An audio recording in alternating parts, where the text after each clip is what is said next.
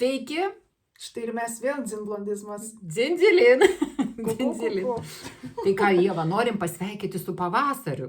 Saulė šviečia, šiandieną net va tulpes nusipirkau, man taip gražu, klausykit, va ten gale matosi. Nusipirkau tulpes, pavasarį šyla, šviečia saulė, tačiau noriu pakalbėti šiandieną, pasitarėm, kad norim pakalbėti tokia neįtin linksma tema - nekilnojamas turtas ir skyrybos.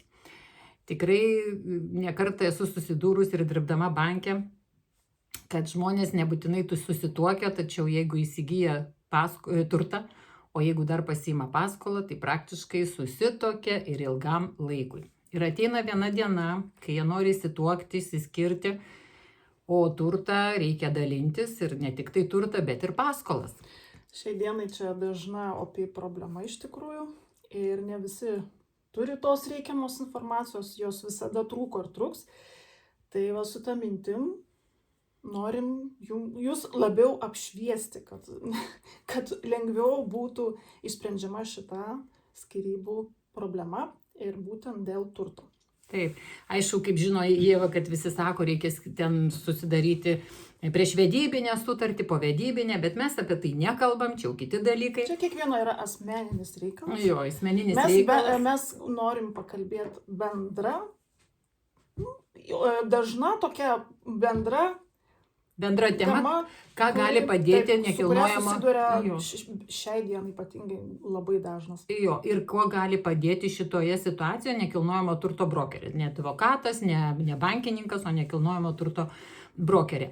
Ir tuo atveju noriu akcentuoti, kad tai, ką spręs gali brokeris, tai turi būti taikus skyrybų procesas, arba jau tada teismas įpareigoja parduoti turtą, tai tada jau galima irgi tuo užsimti. Bet jeigu iš dviejų sutuoktinių arba iš dviejų bendraturčių, nors vienas nesutinka to padaryti, tai praktiškai brokeriam nėra ką veikti toje situacijoje. Tada jau turi būti priimti sprendimai teisme ir jau galima spręsti kitus dalykus. Tai va, tai dabar trumpai aš irgi pasigalvojau, kad tikrai tų būdų, kaip įspręsti taikiai ir abiem šalim palankių, yra. Tai pirmas toks atvejis būtų būtent dėl turto pardavimo ir kai yra bendrų sutarimų, kad turtą nori parduoti ir pasidalinti.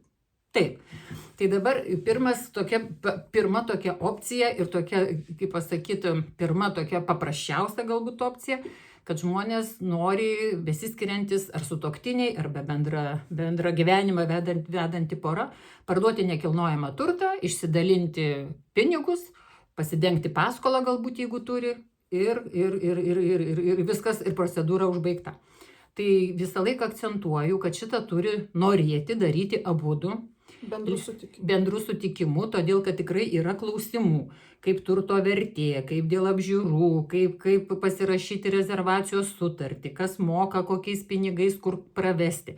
Tikrai yra variantų. Ir kitas momentas, čia ir atsiranda brokerio ta tokia rolė, kad kartais ir dvi šalis, kurios galbūt tarpusavį negali be ambicijų komunikuoti, o ateina iš šalies visai nepriklausomas žmogus, be jokių, kaip sakyt, nuostatų, be jokių emocijų, o dirbanti savo darbą, tai sutarė su dviem pusėm. Nes, pavyzdžiui, šiandien dieną irgi pardavinėjau namą, kai žmonės išsituokia, ir viena pusė vieną kartą man sako, jau gal mažinam kainą, tada aš turiu suderinti su kita pusė, tada aš jam rašau, jisai kartais sutinka, kartais nesutinka, ir tada vis tiek su bendru sutarimu suderinu ir važiuojam toliau. Jeigu tarpusavyje būtų, gal ir nesutartų, ir kaip sakyt, gal ambicijos grotų dar, kad tai va, šitoj situacijoj tai išeina taip, kad abudu sutarė, turtas yra parduodamas, paskolos padengiamos, jeigu jos yra, atsidalinamas turtas ir misija baigta. Tai vienas yra iš būdų. Dar atvejis būna, tarkim, gali nesutarti dėl kainos, ypatingai turto pardavimo prasme. Tai yra turto vertės nustatymas tada kaip vyksta. Taip, vienas momentas kainos nustatymas, bet kitas momentas dar noriu pasakyti, kad gali būti dar kita opcija. Tai reiškiasi, kad vienas iš sutuoktinių ar kaip pasakyti, bendrą ūkį vedančių žmonių iš kito atperka. Tai vat mano kaip brokerio būtų vaidmuo toks tai, kad jie kreipiasi į mane ir aš galiu nustatyti nekilnojamo turto vertę. Kokiu būdu tai galima padaryti? Tai kreipiasi į mane ir aš padarau. Tai kadangi tai bus neprofesionalus vertės nustatymas, bet jeigu žmonės taikiai skiriasi, jiem, kaip pasakyti, aiškiai vertė yra ir jie tada toliau gali jau daryti veiksmus, tarkim, pavyzdžiui, ar ten jeigu yra paskola kreiptis į banką, vieną savo persikelt paskolą, įsivertina nekilnojamą turtą, arba pavyzdžiui mes sutarėm, kad va tiek tas turtas kainuoja, o kitas sutuoktinis draugiškai sutarė jam sumokėti ir nebūtina eiti su nepriklausomus vertintojus. Ta kaina atitinka rinkos vertę, aš taip suprantu. Taip, ta kaina atitinka rinkos vertę, todėl, kai, žinai, Ieva, aš kaip brokerė, tai aš visą laiką tą kainą nustatau, supranti, nes kitaip negali. Bet faktas, žinau, pagal savo padėtį, kai reikėjo nustatinėti, tai jinai skiriasi ir skiriasi atsižvelgiant lokaciją, pagal lokaciją. Mieste vieną, sodai kitą, užmiestis kaimas dar kitą. Tai bet kokiu atveju, tai tada tu nustatai tą rinkos vertę, nes supranti, kaip aš parduodama vis tiek tą rinkos vertę nustatau, bet tarkim skelbimą keliu ir aš nustatau tą vertę, mes suderinam su savininkais ir kad jiem tas pats matytųsi, tas pats skaičius, žinai, ir pratini. Ir kaip suprantu, pardavimo eigoje ta kaina gali kisti. Taip. Visada gali būti, yra paimama didžiausia vertė, paskui palaipsniui galima ją mažint, didint, gal jau nelabai didins. Tai žiūrint kokia situacija, būna situacijų tokių, kad pradedi, atrodo, kad rinkoje tas daiktas turėtų kainuoti tiek ir ne vieną kartą esu turėjus, kad reiškia eigoje atsiranda keli pirkėjai ir tu net pakeli tą kainą. Tai čia situacija tokia, jeigu tu prieini prie pardavimo, prieini prie tų dalykų, tai viskas yra... Čia tada būna aukcionų principų, kas daugiau. Taip, Ieva, žinok, atrodo, aš ir galvau, kad tie aukcionų laikai praėjo, tikrai nepraėjo ir tikrai žmonės permaišė, net prieš 2 savaitės turėjau vieną butą, jau vienas sako, tinka tokia kaina, kitas atvažiavo, sako, duodu didesnę ir paėmė, ir viskas, nieko nepadarysi, suprantat, vyksta tikrai aukcionai, drąsiai galiu tą pasakyti, tikrai niekas nepraėjo. Ko tai priklauso tada? Tai priklauso, kaip tu ir sakai, nuo turto lokacijos, nuo to paklausos, iki kiek jisai paklausus, 2 kambarių, tuo atveju buvo 2 kambarių butas, tu žinai, kad ta kvadratūra pats tas, jisai tinka ir gyvenimui, ir nuomai, ir miegamajam rajone, tėvai gyveno šalia, tai jie net ir daugiau sumokėjo, nes tėveliai sakė, mes tau vaikelį pirk, mes tau pinigų duosime įsirengimui. Nesvarbu, kad tu čia daugiau susimokėsi, tai va, ir tiko žmonėm, nes kai daiktas tinkamas, tai žinai, ir tą kainą gali sudėlioti. Tai gerai, dar prie to pačio, kaip galvoju, šiai dienai didžiausią vertę kas turi? Ką labiausiai žmonės perka? Ką perka? Vienas dalykas, koks tavo yra poreikis. Jeigu tu nori investuoti, tai yra vieni tavo sprendimai, tada gaunasi butas, tai tas, ką gal labiausiai gali išnuomoti, iš ko gali uždirbti grąžą. Nemažai, irgi šiandien dienai turiu namą, reikia pardavinėti, skambina vystytojai, jie jau ten dėliojasi, ką gali pastatyti tam žemės sklype ir kiek jisai turės. Tai sakau, čia viskas šiandien dienai einama, rinka tikrai yra aktyvi, tik tai vėl reikia žiūrėti, kam ko reikia, kaip aš sakau, vieni tuokiasi, kiti skiriasi, kaip šiandien tokiu atveju, ne? Skirianti, supranti, irgi, įsivaizduok, vienam reikia jau kažkur gyventi ir kitam reikia gyventi, supranti, tai va, iš vieno daikto jau skaiti gaunasi 2. Tai tu ir žiūri, supranti, kuriam išeiti, žinai. Ar į vieno kambario butą, gal nori išeiti į kažkokį namą, dar ką nors, tai va, ta situacija yra. Bet nėra tokio, kad ar naujos statybos, ar senos, ar žemės sklypas, kad ir kažkokiam visiškai menkiausiam užkampį, vis tiek žmonės perka. Dabar vakar turėjau tokią situaciją, klientas, gavo pinigus už buto pardavimą. Sakau, ką darysit? Sako, žinokit taip, mano žmona yra iš Mažeikių ir aš, sako, žinokit, radau tenai, sako, tokį gyvenamos paskirties sklypą. Kaina, sako, žinokit, nėra didelė.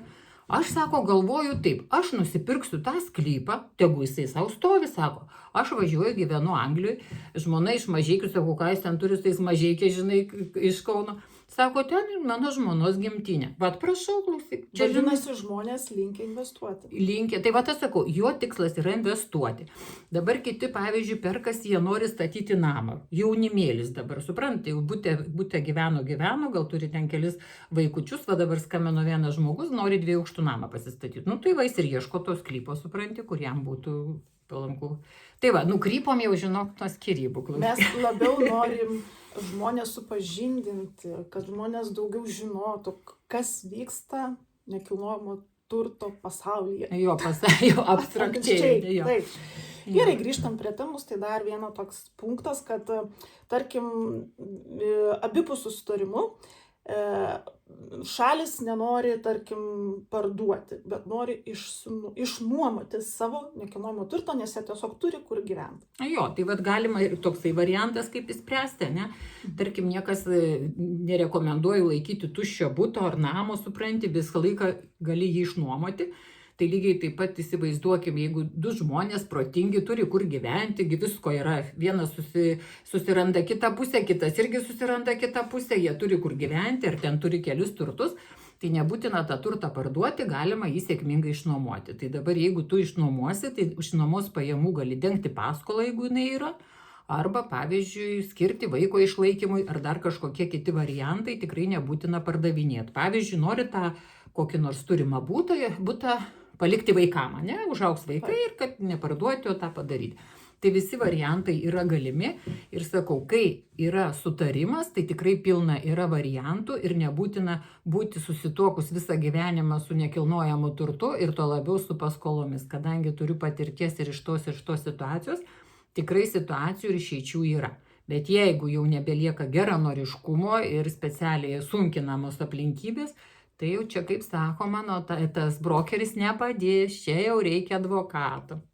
Ir tu gal, Ieva, gali pasidalinti savo patirtimi? Taip, galiu, nes Jūratė man padėjai, kaip mano buvo variantas, tiesiog reikėjo parduoti sklypą. Jo, reikėjo parduoti sklypą ir tu lygiai taip pat buvai toj situacijoje. Buvau situacijoje, kad aš net negalvojau ir nesitikėjau, kad aš jį parduosiu. Tiksliau, tai parduosi, bet tada irgi, kaip patikslinkim, skyrybų procesas irgi buvo skyrybų procesas, jo. Ir aš tikrai, man labai, Ieva, lengva buvo padėti, todėl, kad jūs labai, kaip pasakyti, vienodai abudu matėte. Aš bendravau, kaip sakyti, jūs tarpusavį ten gal kažkiek pabendravot, bet aš bendravau su tavim, bendravau su tavo buvusiu vyru ir galiu pasakyti, man tikrai buvo labai lengva bendrauti, todėl, kad jūs abudu taip pat žiūrėjote, taip pat abudu matėte, nekenkėte vienas kitam, jeigu reikėdavo kažkokiu dokumentu, tai žinai, kaip sakai, Ieva, tu sakai, skambink ten, aš paskambinu, dokumentas paruoštas, skambink ten paruoštas, viskas labai sklandžiai vyko. Tai va čia ir pavyzdys, supranti, kad to nereikia kišti vienas kitam pagalių į ratus ir pažiūrėk, Ieva, dabar ir namą turi kur gyventi ir viskas kai yra vienas tikslas bendras parduoti, tai kokia prasmė kenkti, jeigu turim eiti link tikslo? Nu tai matai, Ieva, tu taip mastai, o kitiems žmonėms jie įkvėpiu mąstyti taip pačiai. Taip, nesakau, kiti pradeda dažnai ambicijos, aš čia daugiau prisidėjau, aš čia mažiau prisidėjau, aš už tiek nesutinku, aš už tiek sutinku, klausyk, nu tai tada, žinai, nieko tu nepadarysi, jeigu temps kiekvienas į savo pusę. Tai va, trumpai tada būtų tiek, tai jeigu kažkokiu turėtumėt konkrečiai klausimų, tikrai galite kreiptis. O aš kaip ir viename poste rašiau, jeigu iškilo skyrybų klausimas, turit visokių juridinių klausimų, tai irgi yra nemokamos juridinės konsultacijos, kurias galite kreiptis pagal savo gyvenamą vietą. O įsiaiškinus ir žinant tikrai norą abiejų parduoti, visą laiką laukiu, tikrai visą laiką padėsiu ir tikrai labai daug išeičių. Iki!